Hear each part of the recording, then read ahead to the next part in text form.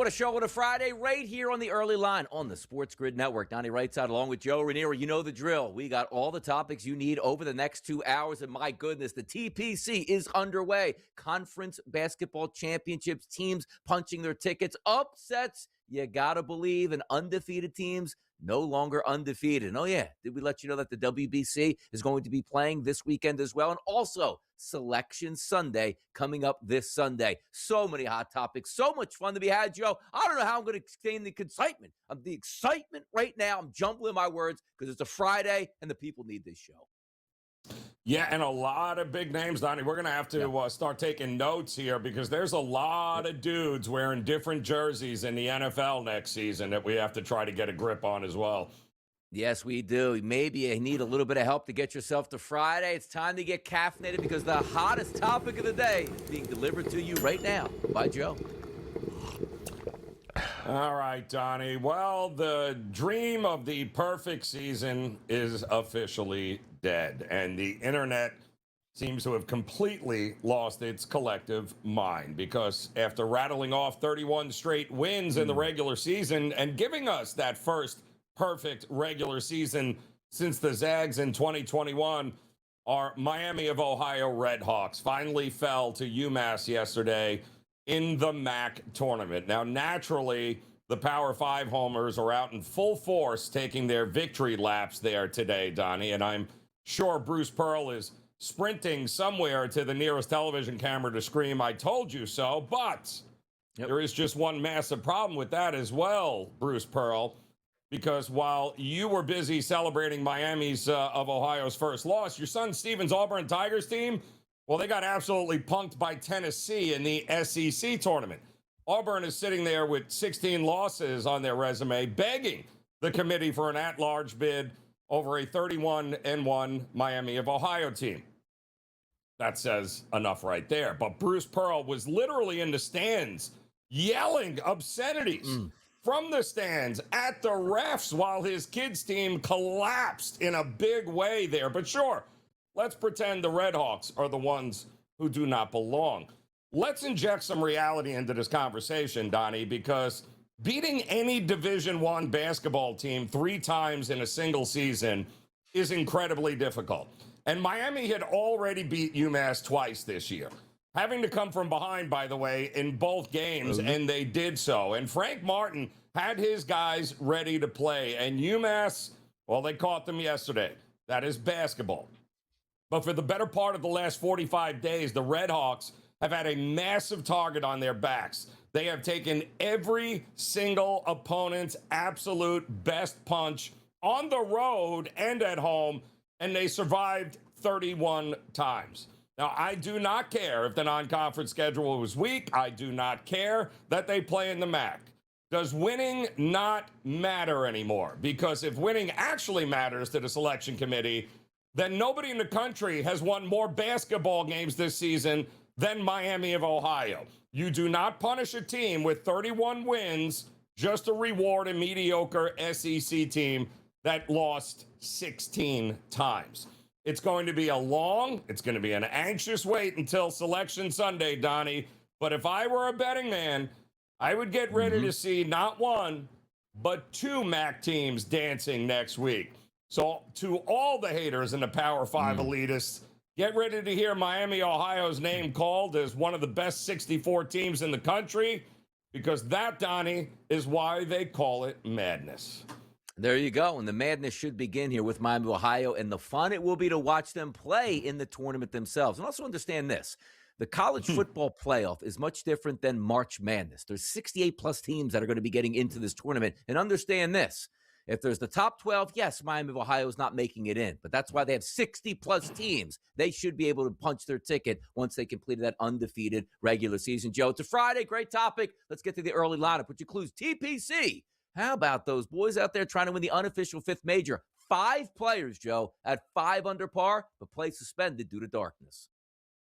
Well, due to darkness, because play was suspended during the day because of the rain and the weather. So they just ran out of daylight yesterday in order to finish all the holes. But those guys that did have a chance to come back out or had early tee times were able to take advantage of it. And that was a lot of the guys up at the top of the leaderboard right now. Maverick McNeely, Sepp Straka, Thagala, a lot of these guys got in under the moonlight, so to speak, Donnie, because it was a long day yesterday at the Players. And by the way, it shouldn't be that bad weather today, Joe. A little bit breezy to start the day, but around 60 degrees to start. It gets into the low 70s by the time they finish the round. So it should be a really good day of golf down there in Ponte Vedra, Florida here. Let's get to those early topics once again, Joe, which include Miami of Ohio. Just talked about them here. Undefeated, no more at this point. Neutral site here finally caught up to them. They take a loss. And if you were on social media, half said, doesn't matter, they're getting in. And then other people were saying like, I told you that they were fraud, Joe. Yeah, again, you win 31 straight games. I don't care who you are. You're not playing Division III teams. You're still playing D1 teams. Winning matters, Donnie, and if it doesn't, then we're in the wrong business, my man. I'll tell you that right now. James Pierce Jr., he might be finding a new business himself here. Sensational rookie year. Akia Jackson was his girlfriend or acquaintance here. And now we take a look at 3 felony charges relating to that February 7th accident there, or incident, we should say. Come on, man. Keep your hands to yourself. Run a straight line. Make a lot of money. There's nothing wrong with doing your profession and making a lot of money, Joe. Come on. Yeah, well, unfortunately, Donnie, the red flags were there long before he made it to the NFL. But the Hawks thought they could do something with that. And unfortunately, he may not be playing for anybody anytime soon. By the way, anybody between 40, 50, 60, maybe 70 that goes out to golf has these issues here. Colin Morikawa, hey, let me just get a quick practice swing. Oh, the back hurts. Look at that picture right there, Joe. That tells you everything. Man's getting carted off with the back soreness. It was so weird, Donnie, too, because he was taking these swings, and I'm going, wow, that doesn't look very good. Like, my good, what is going on here? And he was one of the pre-tournament favorites, by the way, to win it. He loves this golf course. He's done really well. He's playing great. But now we'll have to see if this affects him heading towards the Masters as well. No longer a Tampa Bay Buck. He thinks he's the missing piece for the San Francisco 49ers to get over the hump and win that Super Bowl. It's been a long time since they've done that. But Mike Evans in the Bay Area. It's going to be really weird just watching an Evans jersey with a 49ers logo, right? It's just, it's going to be weird any which way you cut it. But you know what? That gives Brock Purdy a pretty big target there, Donnie, in the red zone. So looking forward to seeing what kind of numbers he puts up. You looking forward to this one too, Joe? The LED courts no more for the Big 12 championship. The commissioner came out and said, yeah, we've heard everybody, and players getting injured because the court is slippery. It was a terrible idea, and now it's gone. R.I.P. Shocker, Donnie. I'm shocked. Who would have thought that would end in absolute dumpster fire disaster? Oh, that's right, we did. Joe, you don't like the NHL as much as you like the PWHL. And it says they'll air nationally their first televised game on the Ion Network. Making a move. Hey, listen, man, hockey, by the way, the NHL is making money hand over fist. Did you see what the proposed cap is coming? I mean, they have tripled in the last 5 years what their salary cap is. Somebody's making money. Hockey is back on the rise here, Donnie. Now, give me this story, Joe. The Ottawa Senators getting relief from a 2022 botched trade scenario. Joe, please fill me in on this. You talk about retribution from 4 years ago. Hey, listen, better late than never, right? I mean, aren't the Miami Heat finally getting some restitution from having to take on Terry Rozier, who was gambling on games the entire, I mean, allegedly? Sorry, looks like So what? Eventually, you'll get made whole. Apparently, Donnie. By the way, looking forward to it this weekend, Joe. Once again, it is a Friday. Usually we scream Football Fridays. It's a Basketball Friday. Action-packed all the way through afternoon games. The big boys in play, Joe, which sets us up for just a few more sleeps. It's Selection Sunday, and you will be filling out your bracket right here on the SportsGrid Network. Come on back to Friday.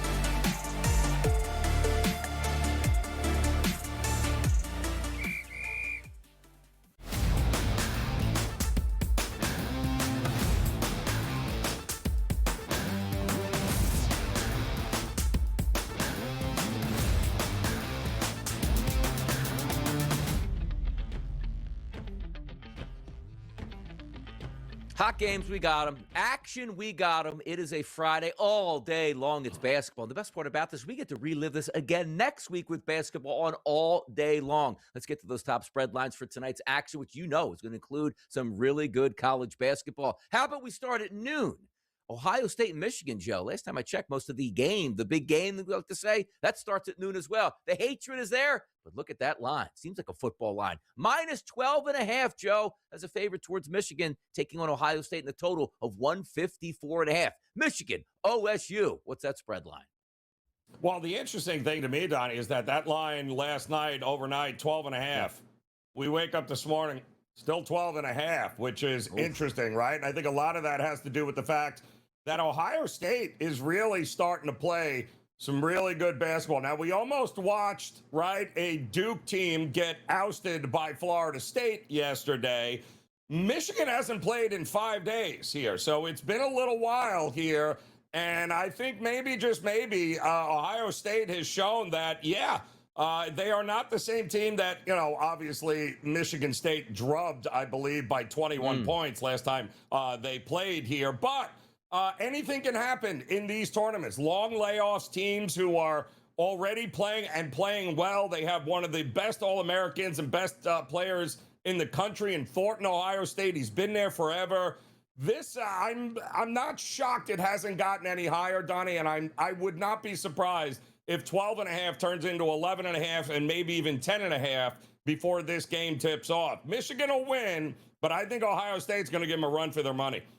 These appetizers are awesome, man. Like, you're just watching, maybe you're in your cubicle at work, maybe you're just watching on a phone somewhere, maybe you're sitting at home, man. These games, afternoon games, what a great appetizer here. Let's get to the SEC, Joe. Kentucky going to take on Florida. A lot of money on that Kentucky side here, maybe not living up to the expectations, but Florida has hit the gas pedal. Joe, they're favored by 10.5 points. Neutral court taking on Kentucky and a total of 159.5. Who's stepping in front of Florida? And what's that spread line for you, Joe? Yeah, well, kudos to Kentucky, by the way. This would be, they're looking for, 3 wins in 3 straight days. They've handled their business so far in this tournament, right? 2 straight wins, even though that they blew a 16-point second-half lead yesterday and was able to hold on against Mizzou. But listen, they are, they're rolling right now here. But the problem is, we've seen this with Florida and Kentucky, and it didn't end well for Kentucky in either game, both in Gainesville and at Rupp Arena. I don't think it's going to end well here. This number is close to double digits, Donnie, for a reason. Yep. Florida's had a little time to relax here, stretch the legs. They're going to come out and absolutely do what they've done already twice, and that is handle the Kentucky Wildcats. Yeah, looking for a big tournament for Florida. Maybe just starts right now getting ramped up for that action. Let's head over to the Big 12, which no longer, Joe, will have the LED courts. Iowa State going to take on Arizona. Spread overnight, minus 3.5 in the marketplace today, Joe. We're seeing 3.5, 4s, and even, you see the graphic, minus 4.5. A 143.5 total for this game. Iowa State, Arizona, 7 p.m. in the Big 12. Boy, have you seen Iowa State is going scorched earth here. Have you watched them play the first couple of games here in this tournament? They are taking no prisoners. Arizona State, they obviously didn't take them lightly. Yesterday, Iowa State is just absolutely running teams over. Now Arizona, easy one yesterday. They were able to handle their business, but a lot of people feel this could very well be certainly a Final Four preview of what is to come with these two teams right now. Yeah, we know how good Arizona is, right? But is Iowa State that much behind them? Man, if they can hit some shots like they've been doing, Iowa State, this could be the first number 1 to go down in conference tournaments here, Donnie. So this is a must-watch game here. Still leaning, 3.5, 4.5 points here for Arizona. I'm tending to think Iowa State keeps this way closer with a chance to win in the second half. I love it, man. 3 power conferences, big-time teams here. Still great basketball on Saturday and Sunday. Then March Madness, fantastic time in college basketball. Now, Joe, let's flip it over to the association tonight. Out in the Golden State. That's the Golden State Warriors going to take on the Minnesota Timberwolves. We updated you yesterday. Steph Curry going to be down for still a few more games at this point. And you see the Timberwolves opening up overnight, Joe, around 5.5 points as a favorite. Now 6s and 6.5 starting to creep in. A 225.5 total in this one. Timberwolves on the road to take on Golden State. What's your spread line, Joe? Yeah, well, Minnesota, this has been a terrible West Coast trip for Minnesota. I mean, they just got lambasted there by both the Lakers and the Clippers, and now they got to take on Golden State here. And slowly, I mean, Minnesota, I think, now in 6th place in a very crowded Western Conference standings here, Donnie. Losers of 3 straight. Golden State, no better, right? They have fallen, under 500, I think, for the first time in about 3 months. So big game for both of these teams in a lot of aspects. And you can see here, can we trust Minnesota? That is the big thing. Do we trust Anthony Edwards and company to get it right in this spot?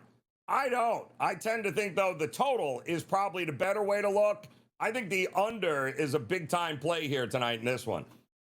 How about the WBC, Joe, getting underway? And that's going to be 8 p.m. tonight. That's when the U.S. takes on Canada. There is a game before them. That's Korea taking on the Dominican Republic. But if we look at the line for Team USA, minus 850 right now live. You see the graphics, some outlets at minus 900. If you want to take that run line, minus 4.5 for the Americans, and a total of 9.5. The U.S., Joe, escaped embarrassment. Now with a chance to advance against Canada. How do we play this one out? Ooh. Well, I mean, here's your shot, Canada, to get even, right? Because Team USA in hockey in the Olympics, they caught you there. Well, guess what? You're the underdog here now. You got a chance to take on the favorite, Team USA. And how is that going to work? Likely not well for them, Donnie. That's what I am thinking here. I think Team USA comes out. I think there's going to be some runs here, to say the least. So, yeah, I'm looking at the over in this game because I do think runs are coming. Yeah, by the way, also, when you take a look at Logan Webb is going to be pitching in this game, taking on Michael Soroka. If the U.S. does advance, it's Paul Skeens. And then the anticipation of Joe Ryan starting the final when it could have been you, Tarek Skubal, who's, I guess, hanging back out in Detroit somewhere in Florida, getting ready for spring training. Come on, man! Big-time action this weekend. We're excited to bring it to you here on the early line. Joe and Donnie in the morning. We'll be right back.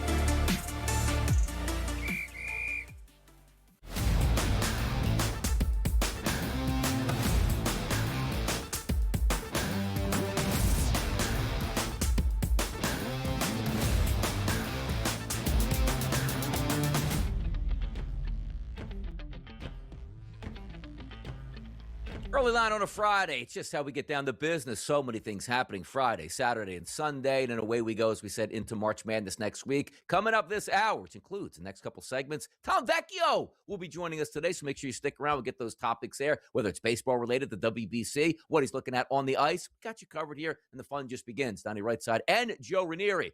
Man, I wish I was able to find cards like this growing up as a kid, Joe. What are we talking about? Fanatics Collect sent out a tweet yesterday. Breaking news, Joe. We're excited to announce that we just brokered a $5.2 million private sale for the 2013 Aaron Judge Bowman Chrome Draft 1/1 Superfractor autograph. Why couldn't I find these? Look at Honus Wagner, Babe Ruth, Mickey Mantle, the $5 million club. Oh, that's a nice find, Joe, isn't it? Yeah, well, you would think that Fanatics could have used some of that money to, I don't know, make a few more Team USA jerseys so we don't have to wait until July, Donnie, to get one. It would be nice to represent Team USA in a jersey from Fanatics right now, but you can't, Donnie, because, well, they just don't have enough of them here, and you won't get them until May or June. So, but I'm glad that they're making money hand over fist in the collectibles department. Then they hit you with the no refund probably when you get it this one. I never wanted this jersey to begin with here. Crazy stuff. The bracket, Joe, however, is set for the quarterfinals in Miami and Houston starting tonight, again tomorrow here. This should be, you want to talk about some passionate baseball? Check out the crowds in Miami this weekend. My goodness, man. Party time, Joe. I'm telling you, man. I mean, it's already down here in South Florida. The baseball fever is alive because spring training is in full effect here. So everybody ramps up this time of year for baseball. But now you couple that with the fact that we're getting the World Baseball Classic. It's going to be a whole lot of fun. There will a standing room only, Donnie. There won't be a lot of empty seats in that building. I can promise you. When it's time to win, Joe, you say, you know what? Those feel-good stories try to end quickly here. What are we talking about? Talking baseball, send a tweet out. Joe Ryan is going to replace Clayton Kershaw on Team USA's WBC roster after the quarterfinal game. And by the way, Ryan, as we said earlier, Joe, lined up to pitch in the championship if USA does get there. Yeah, I don't know why he was on the Russ. Couldn't you just make him a coach? Like I don't know why he was there to begin with. But I mean, kudos that you're at least you're gearing up here for a couple more games and getting it going. And I like the move to say the least there, Donnie. By the way, talking about some moves here. Let's talk about Vinny P, the pass squatch here. By the way, the fences are moving in Kansas City this year. Here's Vinny P, Mr. March. Reggie Jackson hit 3 home runs in a World Series game, and he becomes known as Mr. October. Mr. March? Some might call you Mr. March. No.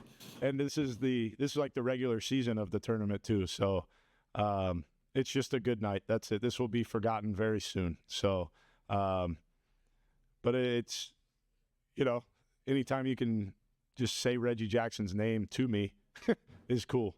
But it's special. I wasn't really thinking about it. Just, honestly, I was really happy with the 2-2 take I had that at bat. I had been chasing quite a bit to the point that, I wanted to just cry. It's just like, hey, stop chasing balls. Like, just take balls.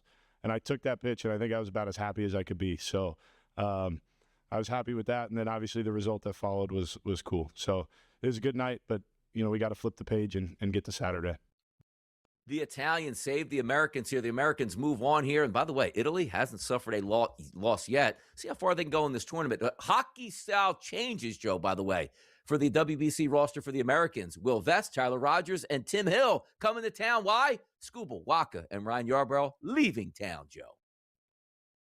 Yeah. By the way, I mean, Team Italy's got an espresso machine in the dugout. You got to love them. Yeah, absolutely. I mean, here they are just slamming double espressos in between home runs, and I love that. Let me ask you a question, Donnie.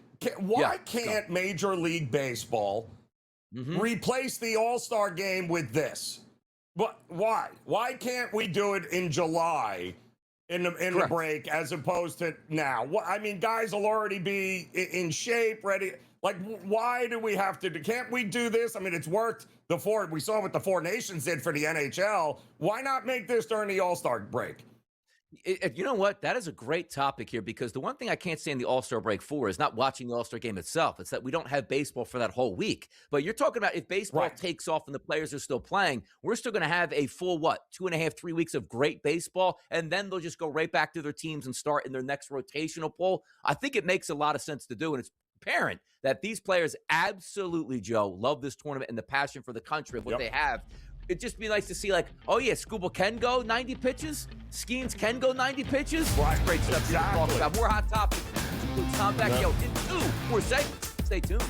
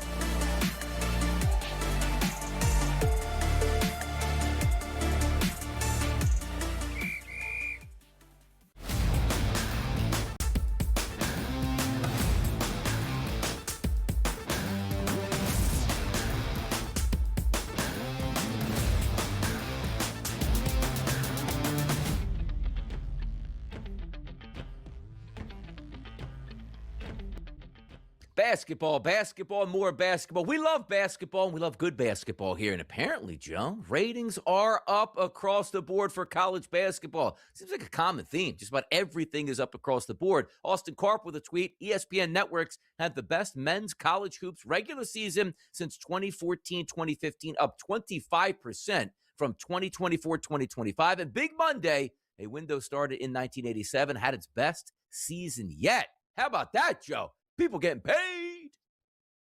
Yeah, well, you know what it is too, Donnie, and I let's face it, you've got NBA teams tanking for this crop of players and these freshman kids coming out. So this might be one of the more talented groups that we have seen. So as far as the networks go, they had a lot of options, right? It wasn't just, Cooper Flagg. How many times can we get Cooper Flagg on TV? They had a lot of options this season here to show guys that are game changers in the future of the NBA. So it worked out really, really well for college basketball and the networks this year. Yeah, let's go, man. Good basketball. Let's get it right through to the tournament here. Get those big numbers. Get the Blue Bloods in the Final Four, and that'll drive those ratings sky high as well. Joe, we talked about it. It was always a display that we were like, I don't know if this is going to work out. The Big 12 said, you know what? We're going to transition, make more money, more ads, and a cooler court. And the players are like, I'm getting migraines. It's very distracting. And, oh, by the way, we're getting injured as well. The Big Ten's like, okay, uncle, let's go back to the hardwood court here. What a surprise. I mean, Donnie, it's how did they think they were just going to unveil this at this time of year? And, you didn't you could have gotten No like beta a high testing. school game or something, and they could have told you in a heartbeat. Like the players after the first one were like, "This is awful." Like guys passing out. One guy thinks he's on shrooms. Another guy over there can't say it's slipping all over. They're like, what are we doing here? I don't know why they waited to this point to test this thing out. Is beyond me. Like the preseason tournaments, Joe, like before you like in like late October, early November, hey, check out this LED core we're gonna have. Yeah, it didn't work out, so okay, we won't do that next year. But you say, okay, lives are on the line. I don't mean like physically that way, but playoff lives are on the line. Coaches' lives are on the line here. Players trying to advance, getting more NIL money. Like, yeah, we just gave you a slippery cord out there. You hurt yourself, and your game was off at this point. At the biggest, like the Big 12 championship, Joe. Crazy stuff here, but hey, that's where we found ourselves. But at least they made the correction before they actually give out the championship trophy in those conference tournaments here. ESPN with a tweet comes out. Jim Boeheim defended Adrian Autry as a good coach, saying his dismissal from Syracuse was the result of poor performance by the Orange's best players and lack of NIL funding for the program. Stop, Joe. Come, are we crying up there at Syracuse? Come on. Are you expecting me to believe that Syracuse doesn't have enough money? NIL money for it doesn't have alumni that write checks for Syracuse? I mean, isn't Carmelo Anthony's kid going there? Like you've got, come on, stop it. That's absurd. Yeah, how about Will Wade out here on the LSU rumors, Joe? And I quote, I've already met with our administration about next year and some of the changes that we need to make, some of the things that we need to do as a program to get where we deserve long-term, where it deserves long-term here. Oh, Will Wade, a little bit of hot water here, Joe? Huh? Come on, Will. No, like, come on. NC State, you got to be kidding me here. First of all, he was at LSU and got in all sorts of trouble. Then eventually he went to McNeese State, and now he's at North Carolina State, and he's only going back. Maybe the governor called. The governor has a way of doing that with LSU teams, doesn't he? Get a kick out of that one year. Yes, sir. I'll tell you, we didn't get a kick out of, Joe, which I got to tell you, there were some times where I thought this might be the best scenario just for the most fun. And it's, look at that. Hold on. Put that score up there. We have that graphic. Put that score, Joe. Look at that score, Joe. They did win. Oh, they won. They did win it yesterday. They won. How about that? Well, that's Friday awkward, Donnie. It makes my whole Caffeinated Joe segment seem a little wrong there. They did win. No, they did not win. They got caught, unfortunately. But hey, 31-1. Again, Donnie, we talked about it all leading up to it. There are going to be two teams from the MAC in the in March Madness, and good for them, man, because you know what? They should be, Donnie. You got a champion from the MAC, which is likely going to be Akron, and you got a team that won 31 straight games in a regular season. Both those teams deserve to be in March Madness. Would love to see it too. And also the question now is like not making the tournament, but actually just getting in the first four. Who could put Miami in the first four? We'll all watch that and absolutely love it here. Here's their head coach talking after the game. I'm not letting anybody take my mind. I'm not going to waste 1 second. When you've been fired before, listen, you don't care anymore. You don't care what people think. You don't have to be politically correct. Like all that stuff, guys. Like I'm just tired. Like I'm going to live life the way I live it. Unapologetically. These guys are getting pressure from all angles here, Joe, right? I mean, the pressure's building here. Get to Sunday soon enough. Yeah, so wait a minute. What? Because they lost a game, they're going to fire? Now he's on the hot seat? Like, what are we talking about here? Very few guys, by the way, could have done what he did with that team this year. So, first of all, he got most of them all to come back for another season, Donnie. You try that in college basketball these days. I don't think so. It's pretty, like, there is a lot of pressure. They've been in the spotlight here. Get them to the tournament. Let them relax. Let them celebrate their season here. Houston, they're looking for maybe a Big 12 championship here in the conference tournament. They knock off BYU, Joe, 73-66, which saw BYU's first half, 41 points. The defense locked in for Houston. The second half for BYU, Joe, just 25 points, 73-66 final. Yeah, and DeBansa almost carried them. He really did. I mean, what a unbelievable effort. This kid is no joke. And by the way, Donnie, you know what I love about it?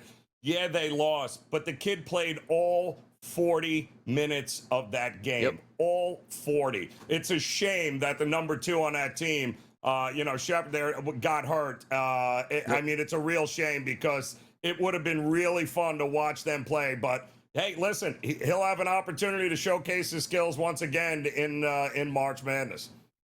Getting ready for March Madness at noon today on a Friday. You got to love it. A top 5 team. That's Michigan taking on Ohio State. Ohio State on the season, Joe, 21-11. Michigan 29-2. Heavy favorite for Michigan today heading into this game at noon, Joe. Looking for it. That's a great way to start your weekend. Just is. It really is. I mean, and now we're going to, Michigan hasn't played in 5 days. Ohio State is building confidence. They have looked very good here down the stretch here. Now, obviously, Michigan already beat the snot out of them once, I think, back at the end of January there. But again, this is not the same Ohio State team at all. And Michigan, it's just like Duke yesterday against Florida State. Anything is possible here. Feels like a big number. And I think, Donnie, that's why that number has not grown since the opening of 12.5. Sometimes, Joe, in college football, you hear the opposing team chant the week before a big game, "We want Bama." You really don't, but it sounds like a lot of fun. And now Kentucky's going to take on Florida. You might be chanting, "We bring on the Gators" at this point, but I don't think anybody wants to see the Gators right now, Joe. Heavy favorite in this game against Kentucky, and all season long, finding themselves lately, gold over there. And, don't let this take away. Kentucky is really, they've done it has been a trying season for Pope and Kentucky here. They had to deal with, their best players being injured early on. They're losing games at Rupp Arena. He's being fired every other week. And yet here they are, right? Showing up here and playing we know what they're capable of. But unfortunately, Donnie, I think it's going to take a out-of-this-world best game of their lives by Kentucky to beat Florida in this spot. Get to the Garden tonight, Joe. Seton Hall, St. John, 7.5-point spread. The Johnnies and the Seton Hall Pirates, man. Love to see this at the Garden. I'd rather see Kevin Walsh out there. Just put a ring in there and let them wrestle. Let them all just let them all wrestle, because that's what this is going to be like. One giant rock fight wrestling match between Hall and the Johnnies. St. John saved by Rick Pitino. So is Iona, if I believe that's true. Tom Vecchio coming up next with more fun right here on the Early Line.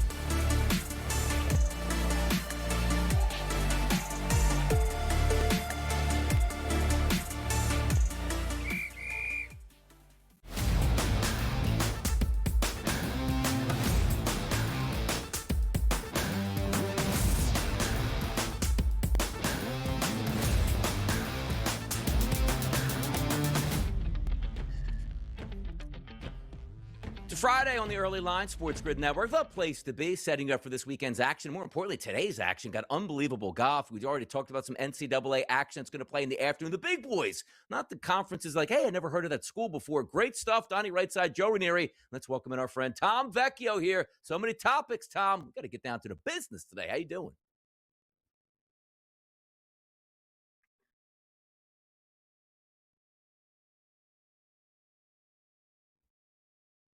We do. So why don't we get right to the topics here, the WBC, as we add on today, Tom, a 6:30 start and an 8 o'clock start. The United States will start with that game. They're going to play at 8 o'clock against Canada. This is one of those times where, hey, we punched our ticket. Don't worry about this last game against Italy. Whisper in the dugout midway game, hey, coach, you might not even be in the next round if you don't win this game. Change some of the guys, move them in, move them out. Predictions coming up, Tom. They're taking on Canada today. What do you think? This is a game where, frankly, given the way that Team USA has played, I think the money line is a bit much. Like, I think there's just inherent value in taking Canada on the money line. Not saying I want to or I'm going to, but I just think the line's a little bit dramatic. Looking what we're going to be getting from Canada, Mike Soroka is going to be starting. Donnie, you and I have talked about him plenty. Like, we know he's not a good pitcher. That's just what it comes down to. He's bounced around to a number of teams, whether it was the Braves, after that, going to the White Sox. He's just not a good pitcher when it's all said and done. However, there's something telling me that I'm not willing to back Logan Webb in the capacity that I normally am. So this game very much up in the air. You can look to the HRR market over on DK. They do have that posted. That's where I would go ultimately for Team USA players. I can't back Logan Webb, but I want HRR markets. Yeah. We looking at runs in this game? It feels like runs are coming in this game. And is there anybody not named Naylor on Team Canada? I like, who are half these people here? But they've done a pretty good job here.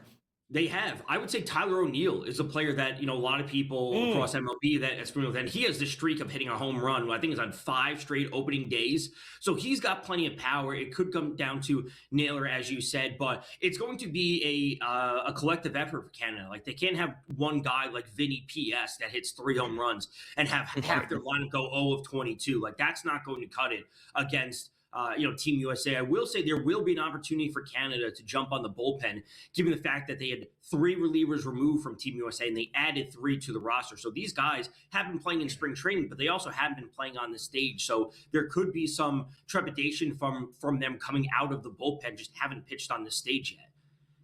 Yeah, wholesale changes coming in, Tom. First game today, the 6:30 p.m. start. It's going to be Korea taking on the Dominican Republic. This line higher than what Team USA is favored with by Canada, right around minus 1,100 in a total of 10.5. Any looks on the early 6:30 game for you, Tom? Yeah, so I'm trying to find some combination of the HRR market for Team Dominican Republic that works. You can get Soto, Tatis, and Guerrero all for 2+, and that gets you to plus money. Or you could go Soto, Tel Marte, Tatis, and Guerrero for all 1+ for around minus 150, which is a bit of an extreme line. So I'm trying to mix and match the HRR market, but the Dominican Republic has looked unbelievable. And knowing that, I haven't even talked about Caminero, who has plenty of power, and you can mix and match him in as well. I think that's ultimately where I'll be going, and I think the runs from the Dominican Republic, that will be front and center in this game. It's interesting. It's hard for me to sleep on Italy. I mean, they seem to be rolling as a team right now, and they're taking on a Puerto Rico team that apparently is not giving up a lot of runs. They haven't given up a home run yet. You got Italy does nothing but hit home runs. This is a fascinating game to me coming up between these two. It is, and we're talking about a coin flip game essentially. Minus 118, minus 102 on both sides. The way I talked to Craig Mish yesterday about this a little bit, and I mentioned Italy, like, portion of their lineup goes 0 of 22, and they still win, and Vinny P has all these home runs.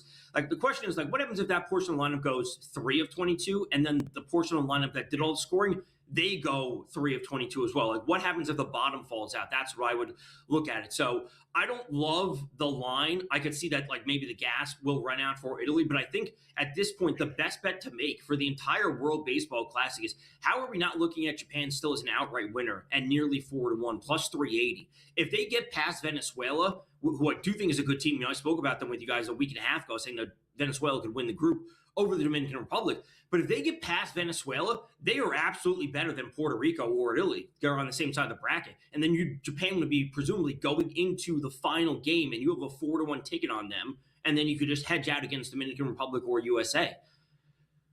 Yeah, the U.S., Tom, as we know, watched, Italy did beat them here, but they still ended up advancing here. DeRosa's like, woo, new lease on life, and he's lucky for that. But if we do look at the actual odds to win the World Baseball Classic, are you surprised it's still the Americans at plus 120? Like, I understand they escaped, and, sometimes it's sort of a downgrade, but they're not moving much in that marketplace right now. And it almost feels like, we talk about, oh, you're undefeated or take a loss late in the season. It's better for you once you get to the bracket. Are we feeling better about the USA since they lost that way and they say, you know what, they can win this? I'm not. If you give me the option right now where USA versus the field, I would take the field 10 times out of 10. Yeah, me too. Like that's what it comes down to. Dominican Republic and Japan are just good enough, if not better, compared to Team USA. So that's where I look. I think the price is a bit much. Like coming into the tournament, them at minus 115 and only going to plus 120 at this point, at least on FanDuel, I just don't agree with. Yeah. And face it, who has Japan beat so far besides a bunch of electricians, carpenters? So this is the biggest test for them in Venezuela here. I don't think they're going to have a problem, but it would be nice to see them get pushed a little bit here, no?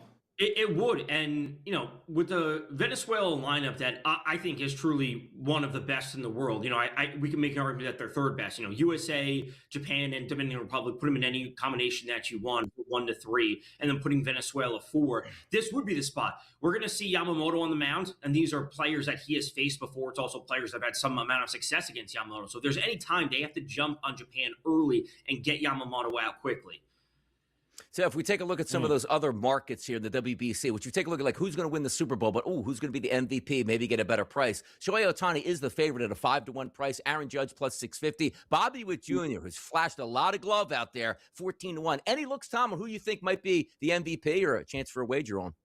I said this to Craig Mish yesterday. If Bobby Witt wants to win, it has to be the defense. He also needs a home run. Judge has already got 2. If Judge hits another one and Team USA wins, I think they'll give it to him. If Japan wins and Ohtani has another, it's going to be him. Bobby Witt needs a home run under his belt or another home run plus an amazing performance on the field. Talking a little WBC action with Tom Vecchio here, right here on the SportsGrid Network. There's no better way to spend your Friday. Thanks, Tom, for joining us for Donnie and Joe. We'll be right back.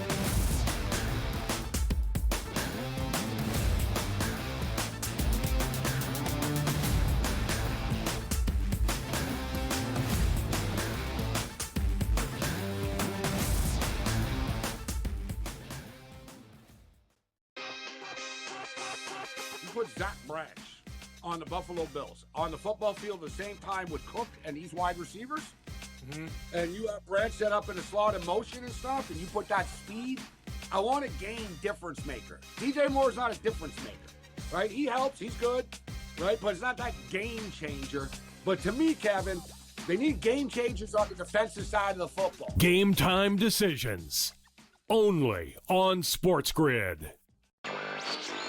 I really wish I could pull out my crystal ball and predict accurately the future and put money on it and see if I could win. But I think the answer of where we're heading is more uncertainty, and in the short term, more companies, like you mentioned, trying to capitalize on that. When prediction markets first kind of took off this past year, there was a little bit of a hesitancy from sports books. Newswire, only on SportsGrid. Everybody has to develop, you know that. Think about Joe Burrow, okay? The beginning of his senior year, he was projected a 6th round draft pick, okay? And that's after playing a year at LSU. So Arch still has some developing to do, but he does have the potential to be a great player. Outspoken with Dan Cilio, only on SportsGrid. This is not a probability market. This is an information narrative market, which, by the way, there are already people who know the answer to this question. So you are not, you're not battling getting the right price. This is not math. This is who the hell knows where Taylor Swift might get. You know who knows? Taylor Swift's people. Prediction Markets Edge, only on SportsGrid.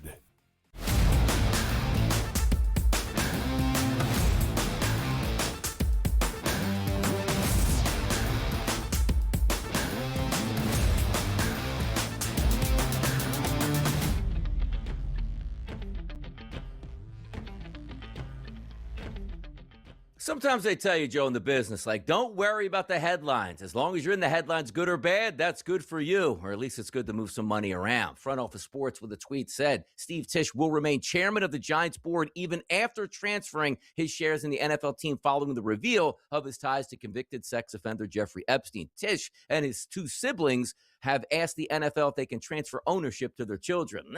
Joe, bad timing here, I think, a little optic-wise, no? Well, and it great how it works. Like, it's in one breath. It's like, we're signing everything over to the kids and to the heirs. But, oh, yeah, by the way, I'm not going anywhere. I'm still going to sit here as chairman of the board. Like, how does that, either you're in or you're out, Donnie, one or the other? Like, which one is it? Yeah, exactly. I mean, come on now. Give me my money. I'm going to go home, and this might be a PR hit, but I'm not really the owner, but I'm going to make decisions behind the scenes. Just stop the madness at this point right now. I'll tell you what else we need to stop. Violence in the NFL that takes place not on the field, Joe, but off the field. Los Angeles Sparks forward Rickea Jackson has filed for a petition for a protective order against her ex-boyfriend, Atlanta Falcons defensive end James Pierce Jr., according to ESPN. Don't have to read the rest, but this story doesn't seem to be going away anytime soon. In the NFL, they don't have to wait for you to get convicted or to plead down anything. The shield usually comes in hard on domestic violence, and apparently they're probably going to review this as well, Joe. It's just so unfortunate and gross on so many different levels here. But, again, Atlanta kind of knew what they were drafting.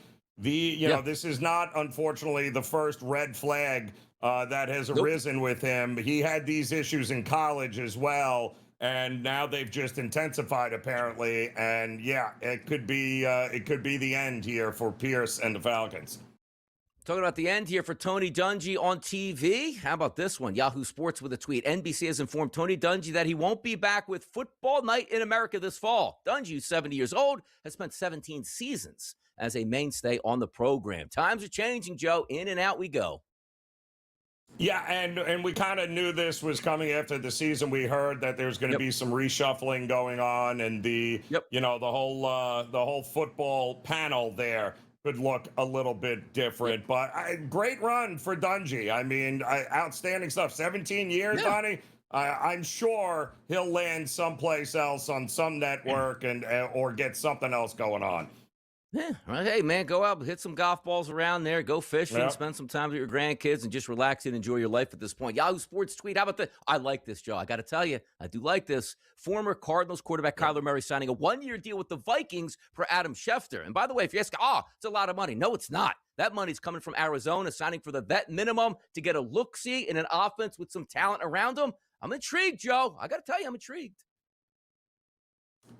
Nothing not to be intrigued about here. I love that, the big question, though, is I know why Kyler Murray is going there, and I have no doubt that if Kyler Murray finally, maybe this is the kick in the you-know-what that he needs here. He has the right coach and the right weapons and the right team. He also has no more excuses. But what happens to J.J. McCarthy here, Donnie?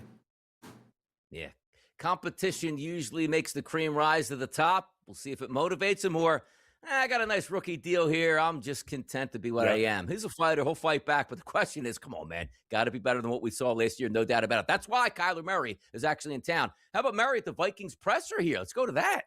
How far back does your Vikings fandom or your knowledge or interest in this organization go? Thank you. Ever since I started playing tackle football, I was 7 years old. Genuine fandom. Ran deep, Vikings gear through and through. A lot of purple in my household. I don't want to bring it up right now, but maybe later another day. It was a moment. I'll bring it up anyways. Whatever. I cried real tears whenever Brett threw that interception. I cried real tears that day. There you go. He's hyped up to be a Minnesota Viking, Joe. Could we see the best of Kyler Murray here? I thought he was going to answer. Yeah, I've picked Minnesota in Madden a lot. I've played them in my video games a whole lot there. So we'll see. It's put up or shut up time for Kyler Murray. That's for sure. By the way, skip down to a couple things here. Yahoo Sports, the Raiders are still hearing from teams interested in trading for Max Crosby. You know that's only going to heat up, Joe, by the time we get around the draft. Come on now. Rumors, smoke, fire. Doesn't sound like he wants to go anywhere, though, Donnie. Says he's a Raider now, and he's glad to be back. Not that he ever left. Well, what did they tell him? Hey, be a good boy again. We'll make sure we get you moved. I love the Raiders here. You know what else I love? Hour number 2 coming up next on a Friday. You're almost there to the weekend. Hang on.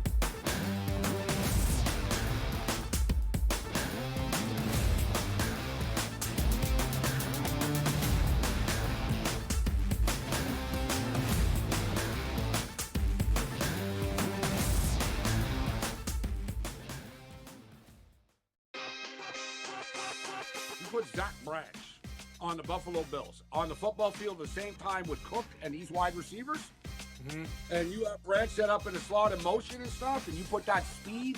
I want a game difference maker. DJ Moore's not a difference maker, right? He helps, he's good, right? But it's not that game changer. But to me, Kevin, they need game changers on the defensive side of the football. Game time decisions. Only on SportsGrid. I really wish I could pull out my crystal ball and predict accurately the future and, put money on it and see if I could win. But I think the answer of where we're heading is more uncertainty, and in the short term, more companies, like you mentioned, trying to capitalize on that. When prediction markets first kind of took off this past year, there was a little bit of a hesitancy from sports books. Newswire. Only on SportsGrid. Everybody has to develop, you know that. Think about Joe Burrow, okay? The beginning of his senior year, he was projected a 6th round draft pick, okay? And that's after playing a year at LSU.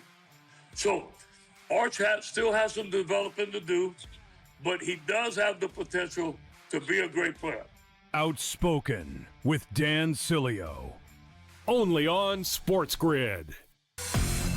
This is not a probability market. This is an information narrative market, which, by the way, there are already people who know the answer to this question. So yes. You are not, you're not battling getting the right price. This is not math. This is who the hell knows where Taylor Swift might get. Yeah. You know who knows? Taylor Swift's people. Prediction Markets Edge. Only on SportsGrid.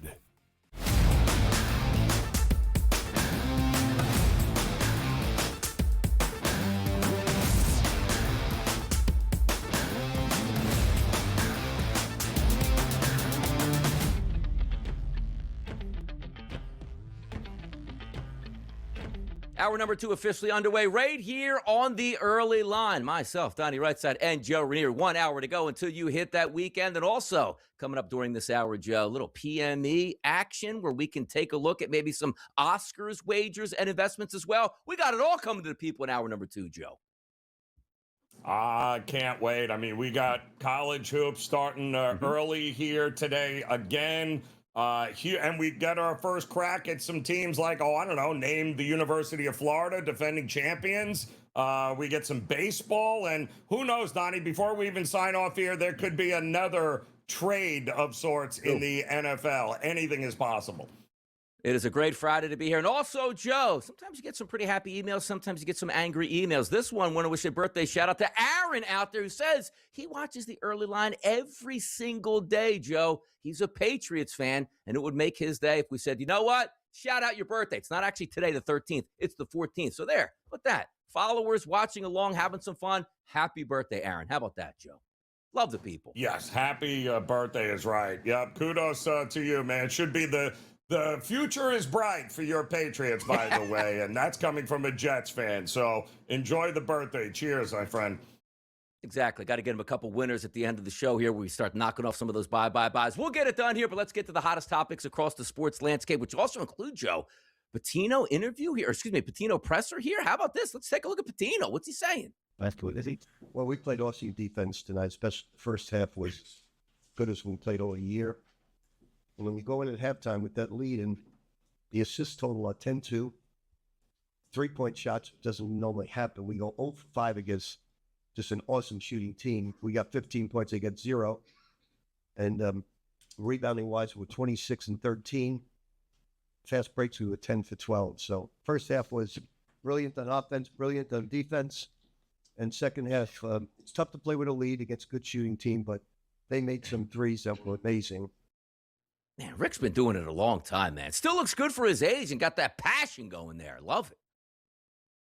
And listen, ultimately, it's going to come down to, in the Big East title, who's it going to be? Is it going to be UConn? Is it going to be the Johnnies? It's, some things, just bring it on here. In Madison Square Garden, does it get any better than that, Donnie? Nope. UConn versus the Johnnies for it all in the Big East Championship. Can't wait. Absolutely sensational. You know what else I can't wait for? Miami, Ohio to be in the tournament itself. Why? Because they're no longer in their own tournament here, which is the MAC. They got knocked off yesterday, round number 1 in a close game versus UMass here. Throws their seeding a little bit in peril at this point. Will they be a first 14? Will they make it in truly there on Thursday or Friday? Or will they be left out altogether, Joe? Nah, that can't happen. Yeah, well, the debate rages on, right? The saving grace here is hilarious is watching Auburn lose again. And now, of course, what is Bruce? Is he going to continue to say a 16-loss team? Yeah. Because of their straight, you lost 16 games. Maybe try a little less of a schedule next year there, and maybe you can get yourself into the tournament. But you win 31 games. Winning is ultimately the goal. It should matter, Donnie. James Pierce Jr. getting himself into some trouble here. He now faces 3 felony accounts charged to him from a February 7th incident here. I'm sure he's going to fight that in the court, but the NFL, they don't like these type of headlines. He's probably going to have a suspension as well. Yeah, and the more and more the more details you get from this, the worse it's sounding here. So it's Atlanta, unfortunately, is likely going to have to look someplace else there to get some defensive help this season. No doubt about it. Like, you can't be doing that stuff here. We'll see how it turns out, but just a scary situation all the way around. Also, not just a random person that he did that to. That's an NBA superstar as well. So highlighted across the board. The NFL certainly doesn't like to see those type of headlines here. Colin Morikawa, we all been there before, trust me. And now at my age, sometimes it's just getting out of bed with a back injury. Swinging the golf club tweaks the back, and anybody that knows, like, hey, fight through it. Try playing golf at a high level with a sore back. Can't do it. He's out. Yeah, no, been there, done that, Donnie. Those early tee times, like 6:30 in the morning, and it's like, oh, you haven't had time to stretch, you're late, right? So you go right from the car to the tee box, your first swing, you're like, all right, this has been fun, guys, I'll see you later. I don't think I can walk back to the car. So, yeah, been there, Morikawa, been there, man. Speeding up, we are. The tee time, I thought it was 8:30. No, it's 8:03. And there you are stumbling out of the house trying to get to the golf course. And yeah, exactly. And by the way, some of those days are your best scoring days on the golf course when you just got to rumble up to the first tee without any practice at this point. Mike Evans, he'll get a lot of practice, but will it be near a substation that hurts his hamstrings again? But Mike says he's the missing piece to the puzzle for the Niners, Joe. Listen, he makes that Niners offense much, much more dangerous now. I mean, in Brandon Ayuk, it's apparent that the 49ers have moved on. And I think we can all agree, Donnie, he's still got something in the tank here, and that might be good enough to get them over the hump next season. By the way, LED boards no longer being used. Well, they should be used around the arena to say, hey, you know what? Come buy this hoagie here, come buy this car here, but not on the floor, injuring people. The Big 12 pulls the plug. And by the way, what are they going to do with that court? If they send it to me or you, Joe, we could put it in our studios here and have an LED floor. I mean, we can use it for something.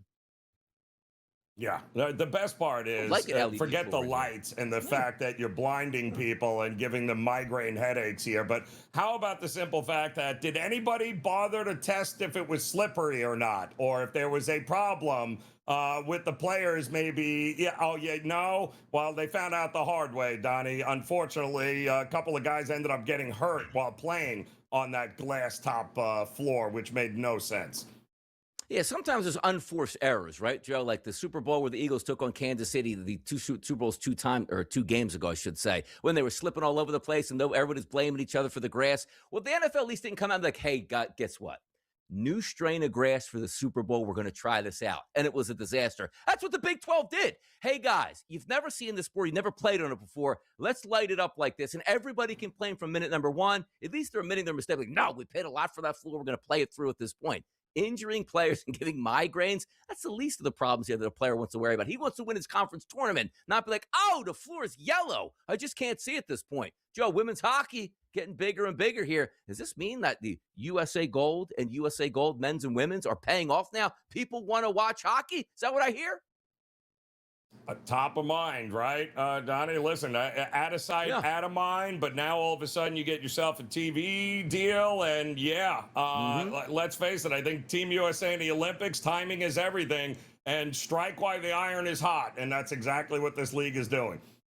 By the way, we talk about botched trades in the NFL. One of the biggest ones you ever see is that Max Crosby deal. But going back to the NHL, they still got eyes on a trade that went down in 2022, Joe. Ottawa Senators getting the boom laid on them here. What's going on? Yeah, kind of crazy. We're getting a lot of that in professional sports right now. Like the Miami Heat are finally getting compensated with a draft pick because, Charlotte was nice enough to give him Terry Rozier, who was under investigation the entire time. So, yeah, at least, Donnie, better late than never, I guess, if you're in both of those situations. That's great stuff here. A little extra, a little overtime here, Joe, in the early lineup. Did you guys know today, once again, 11:30 a.m. start, George Washington, Joe, in St. Louis. You might be thinking, you ever see St. Louis play basketball here? Good team. 12 o'clock start, Joe. Ohio State, Michigan. Missouri State, LA Tech. That's at 12:30, and away you go, Joe. Yesterday, you thought it was fun. Today, the teams get even better at this point. Bubbles will burst, Joe. They will burst today. Yeah, and listen, the Billigans, first chance we're going to get to see them. They did play George Washington once during the season, and quite honestly, Donnie, it was one of the best games of the the A-10 all year long. It was a 3-point win for the Billigans ultimately, and they were just as hot throughout the season like the Miami of Ohio Redhawks, but the wheels kind of fell off a little bit. They kind of got caught at the end of the season with a couple of losses. But wouldn't you rather lose then than now? I think get the losing out. I think the Billigans are a very dangerous team here moving forward.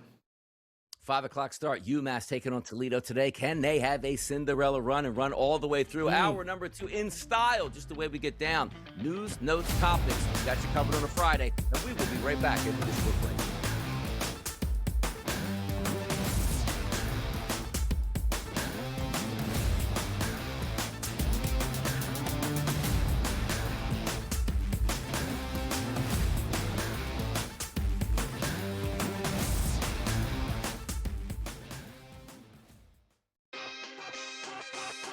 Put Zach Brash on the Buffalo Bills on the football field at the same time with Cook and these wide receivers, and you have Branch set up in the slot in motion and stuff, and you put that speed.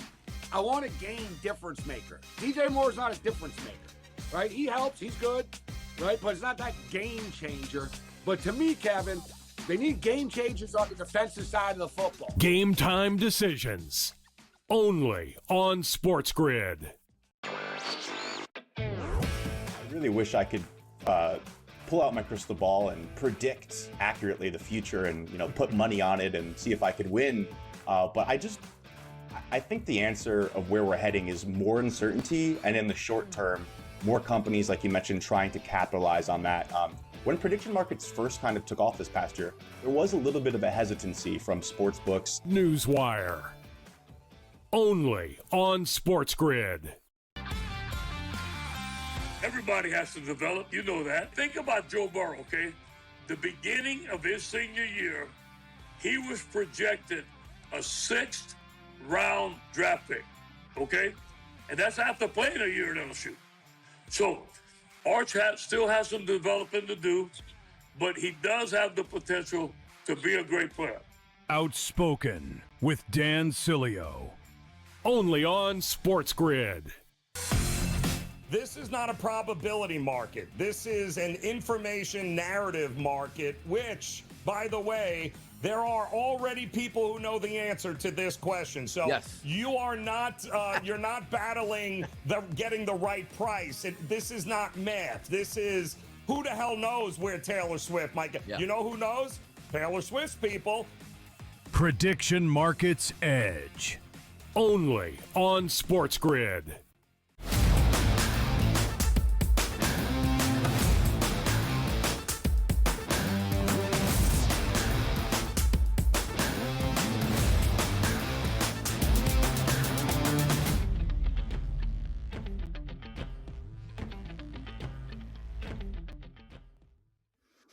Social media can be good, Joe. Promotion of your team or your brand or your institution. You can make a lot of money that way, but also social media can be the downfall of you, yourself, your character, and maybe your career. Here's the ESPN tweet, which has a little bit of a caveat to it. Superman hangs up his cape. Dwight Howard is officially retiring from basketball, he announced on social media. Congratulations, Dwight.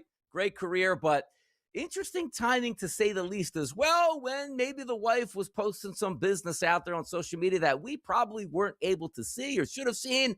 And then Dwight's like, you know what? Shutting it down at this point, Joe. What do you think about Dwight retiring? Maybe the best time to do it now? No? What was he still playing? I thought he retired like 3 years ago. Like, what? Why is that? What, you got to be kidding. Like, all of a sudden, now he's retired. Where were you? No. It's congrats again. I thought you retired a couple of years ago, but okay. Great career, Dwight. Let's just leave it at that for now. Yeah, wife posting up some stuff that's, you know what? Maybe the NBA was going to send a couple vials to your house to get some tests back from you as well. You know what? Just going to hang it up here. I had a great career and right off into the sunset at this point. How about Shai Gilgeous-Alexander? This was an interesting one that we really weren't paying much attention to because I don't think anybody was looking back that far. Passes Wilt Chamberlain for the longest 20-point streak of all time. 127 straight games with 20 points. Now, we've seen it before, Joe, a lot of these superstars, you know, like LeBron James had the 10-point streak going, which is amazing in itself because you're healthy enough to play. But 20 straight points in 127 straight games, that's unbelievable. Like, you never just had an off shooting night where went 5 of 20 and just scored 16. That's an incredible streak. It really is. And listen, that happened back in 1963, Donnie. So that streak has been in effect since 1963. And he gets it done here. I mean, great stuff here. And by the way, winning effort against the Celtics. And now the Thunder have won 7 straight. And they still, and that's all because he came back to the lineup. Don't forget, he missed a bunch of games because of the abdominal strain. But they haven't skipped a beat since he's been back, and it appears that this team goes as he goes. We got to get a Darren Rovell tweet on this next one here because we need some answers. The chances of anyone breaking Wilt Chamberlain's record based on recent data was 1 in 3.2 quintillion. So I need somebody to go out there and say, okay, if you would have just rolled over 20-plus points for 120-plus games with $100 in your pocket, what would that come back to be? But Joe, 3.2 quintillion of a chance to do it, and he did it. Yeah, well, then what is the number of somebody scoring 100 points in a game? I wonder what that is, Rovell. I don't know that you have the calculator for that. But listen, in this day and age, Donnie, that's kind of we're not talking about double digits. We're talking about 20 points or better in every, that many games. That's impressive, to say the least. I mean, listen, some guys, you play the game, you got 10 points, ouch, the ankle, you're out, see you later, bye-bye. Like you know how easy it is to break a record like that? And yet, that's impressive stuff by SGA. By the way, you couldn't buy Luka just one more assist from last night, Joe. How about 51 points, 10 rebounds, 9 assists, 17 of 34 from the floor, 9 of 14 from three-point range, and the Lakers 142-130 victory over the Bulls, their 4th straight. Impressive. Yeah, I mean, kudos. Not hard to figure out. I mean, listen, the Lakers beat teams with no pulse, right? That's what it's the teams that have a pulse. The Lakers, they did give up 130 points in that game last night, Donnie. So they needed all 51 of them from Luka in order to win that game anyway against the Bulls. Josh Giddey for the Bulls, 27 points, 15 assists, and 8 rebounds there, doing a lot of damage. And again, you're going to get a lot of stats in the game, Joe, that finishes 140 to 130 in regulation. Didn't even need overtime in that one here. How about the complete opposite of the game? And maybe, as we talked about, Joe, yesterday, as a preview to the NBA Finals, the Celtics were on the road to take on the Thunder. Final score, Thunder 104, Celtics 102, staying under that low total, and the Thunder come away with a victory here. Yeah, they did. Again, 7th in a row for them. Celtics, been a little bit of a rough road trip for them here. But the good news is Tatum was ruled out, but so was Derek White, was a last-minute scratch before that game last night. So they were a little shorthanded. And you know what? They still went back. They still went toe-to-toe with OKC. And the good news is Jaylen Brown didn't get too double technical and get thrown out. So at least it's a step in the right direction for the Celtics. And by the way, had the lead, the Celtics did, entering into the fourth quarter. Joe only scored 19 points, so the defense really ratcheted it up, gave the Thunder that 2-point victory here. I'll tell you again, it didn't have a lot of defense, and also didn't have Victor Wembanyama either. The Nuggets go on the road and knock off the Spurs, 136 to 131. Jokic, 31, 20, and 12. Look at Castle, triple-double also, Joe, 30, 11, and 10. The Stars were playing yesterday, even if the brightest star, Wembanyama, wasn't in that one. This was the most infuriating game last night if you had the Spurs like I did. Because when I went to bed, Donnie, it wasn't even close. I mean, we're talking about a Spurs team had 69 points in the first half, and then they end up blowing a 20-plus point lead heading into the fourth quarter of that game last night. Absolutely infuriating. But kudos to Jamal Murray and the Joker, because they got 42 points in the fourth quarter, and that is ultimately what won them the game. Warriors at home, and the Warriors, Joe, as it sits right now, they're injury-plagued, 32 and 33 on the season, taking on the Warriors here, taking on the Timberwolves, who are 40 and 26. Minnesota comes in this game, Joe, as the favorite at minus 5.5 here in a total of 223.5. No Steph on this team, injuries around. Timberwolves, as you already stated, not having a great road trip, Joe. What happens tonight? T-Wolves, Warriors.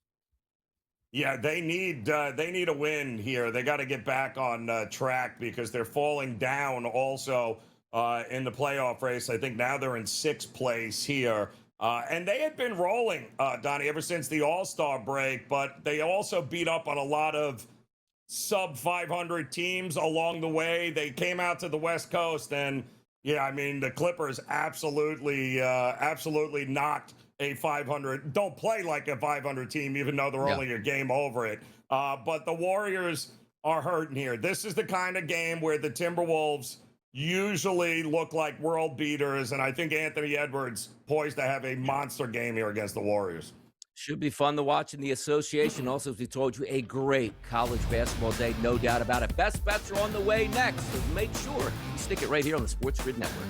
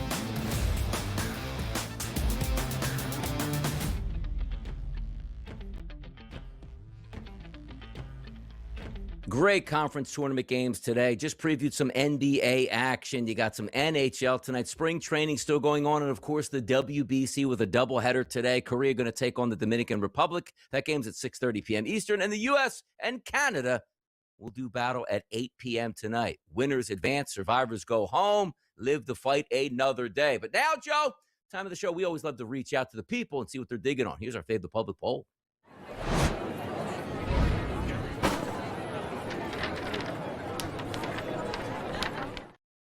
Now, we got some crazy votes out here at this point right now, Joe. At SportsGrid is where we get this information delivered and the questions that we need to know about what you're thinking. Did you enjoy the Big 12's LED court while it lasted? That was the question. 3 options. Actually, yeah, I did. No, it looked stupid. And whose idea was this? No surprise. No, it looks stupid as the leader in the clubhouse here. But some people, Joe, actually said they enjoyed the court.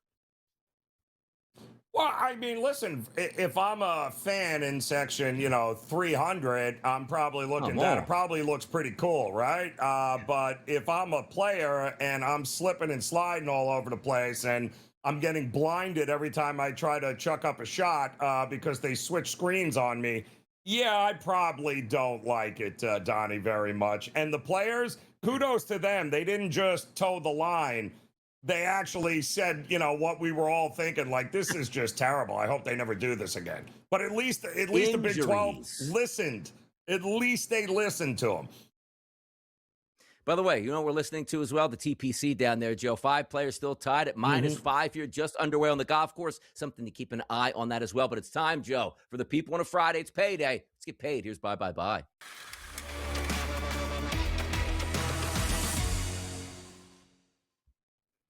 Joe won his game yesterday. I lost mine by the hook. 1-1 here, but we need a 2-0 Friday for the people, Joe. Lead off. Let us know where you're going, Joe.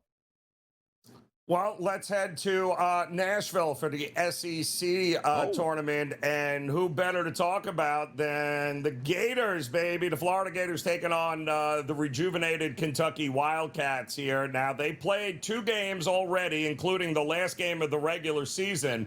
And Kentucky was home at Rupp Arena, and Florida still dominated that game. I think the spread is a little too much here at 10.5 on a neutral court. Kentucky certainly, didn't get run over per se with the final score, but they did get kind of run over, which is why I think 2 teams top 60 in average possession length before a shot. Florida is a top 20 team in adjusted tempo. Florida's going to push the pace. They're going to dictate everything in this game. They're going to dominate second chance points. And Kentucky's going to play from behind. I see this game flying over the 159.5, 160 in total here. I think this is going to be a very up-tempo, lot of points kind of game here. Points in the SEC today as we look forward to that. For me, Joe, I'm going to head over to the association today and take a team that's been very kind to me this season. That team, it's the New Orleans Pelicans. They're on the road to take on a much better team in the Houston Rockets. Across the sports landscape right now, anywhere between 7 to 7.5 are the tickets. I'm going to take the 7.5 on the Pelicans. Why? Only 40% of the tickets currently coming in. Not much line movement here, and away we go. Pelicans on a Friday, a little Kentucky, Florida basketball over for the people, Joe. A nice 2-0. That sounds like where we should be going, no? Let's go, Donnie. I mean, you got to get yourself a Pelicans jersey with the amount of times you have backed them here. And then you got to get one and get it soon. They're only $7,000 on Fanatics, I think. So, yeah, absolutely. Go grab one. By the way, let me ask you a question, too, today, Joe, since we have some little bit of extra time here. We are going to be watching, of course, college basketball today. Check in on those NBA bets, but it is the WBC tonight. If I gave you a chance, which underdog is the better chance to pull off an upset today? Is it Canada or is it Korea? No, I think it's Korea. I don't think Canada is going to be in this game. I mean, listen, anything happens. I mean, it's ironic that now Team USA is the favorite and Canada is the underdog. It was reversed in the Olympics with hockey. But, yeah, I think Team USA took a big sigh of relief. Now that they're in, it's a new season. I think runs are coming. I don't think they have a shot. I do think Korea has an opportunity. If they can keep the ball in the ballpark against DR, I think they have a shot of at the upset. By the way, some high numbers today on those money lines and the run lines. But Joe, when you flip that over to tomorrow as well, Puerto Rico, Italy, that's listed at a -118, -102 split as a slight favorite to Puerto Rico. And then also the 9 o'clock game on Saturday, Venezuela and Japan, +140, -170 split. So you might get some blowouts today, but you're getting great baseball from here on out. Awesome stuff today on the early line prediction. Markets Edge coming up next. Don't go anywhere. Keep it away with the grid on this glorious Friday.